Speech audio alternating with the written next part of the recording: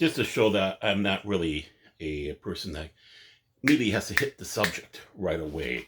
I'm going to talk about something that is relatively new, but a few weeks old. And I want to talk about Faux Trek gutter decks. And yes, I'm being fully insulting here because what they're giving us is insulting. I don't care what anybody says. I don't care at all. And before you continue on saying that, oh, you're just being a prude. I'm hardly a prude. In fact, I have to go off of what good old Orson Bean once said, much to my pastor's chagrin, by the way, when confronted this because he became a Christian later in his life. And Orson Bean would counter back saying, "Sir, I may be a Christian, but I'm still a dirty old man." And I am. I have to be, one of the few weaknesses in life. And so what am I on about? And it's something I don't want to post on here or show. It's been posted all throughout Twitterverse and I'm sure Facebook and all the other stuff, but I sure didn't put it on mine. I did not even want to grace my page with this garbage. And that was with all the almost hideous pornographic level animated stills that they had off of the new Faux Trek gutter deck seasons. I think they're trying to do their take on the Naked Now and the Naked Then, or the Naked Wow, however it is. But the episode that they did both in Star Trek and Star Trek Next Generation, where they get this drug, they become inhibited, which lead to their own destruction. I don't know. I didn't watch it. And I made a point not to. And why am I upset about this? It's simple. Star Trek was beyond all that. I know there were some wags that came out to say, well, Roddenberry this and all that. And forgive a little bit of crudeness here, but during Next Generation, Roddenberry was trying to expound on the size of a Ferengi's you-know-what, where he was kind of calmed down by the staff saying, hey, cut it back, Gene. True story, believe it or not. As that goes in that fashion, Star Trek is not a sexual creature.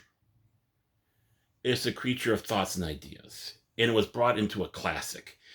And also was something to be enjoyed by all. I touched that a little bit when I was saying that the actor, Jason Isaacs, I think his name is, I can't remember, was saying that if you don't agree with us, don't watch us. And I expounded on that a little bit.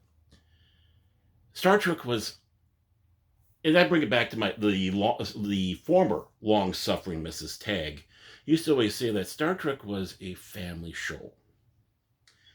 She said all of us would get together, the whole family, and who had all their different tastes and stuff back in the late 60s.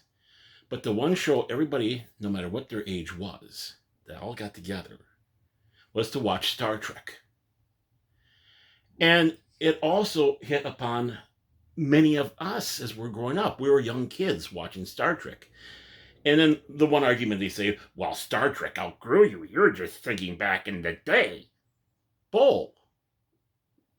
Star Trek hit on so many different levels with the writing, much like the Warner Brothers cartoons. People might not know this, but Warner Brothers cartoons, when they first came out, were for adults, not for kids. They're a part of the animated short they had before you had the main movie, which were adult films. The kids were at home with babysitters or the aunties or grandmas or whatever. This was the appearance night out. But yet they're so well written and non-topical that they were able to stretch across in any generation as they watched it and they grew. They found new little bits and pieces to enjoy, especially as they got older. Star Trek is that way. When you're young, you see this episode, such as Trouble with Tribbles. Any kid that watches, oh, it's a cute, funny episode with Tribbles. But as you keep on going and you get older, the show shows you other levels of what this is about. And you mature with that show that's already been there. You are maturing with it. When they sit back and say, oh, you're too old, you're just wanting to have that, whatever, is hogwash.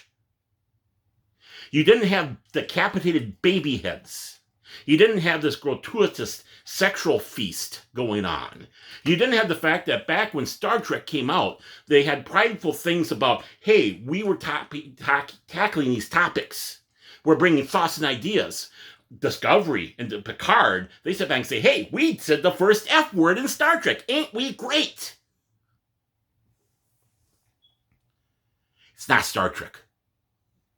Somebody called me a hater on the Twitter, and you know what? They're right. I hate that the show has been written by a bunch of childish fanboys. I hate that the writing's subpar. I hate that they're in such an insular bubble that they cannot get out and do thoughts and ideas, that they have to be an echo chamber or their fragile egos will be broken.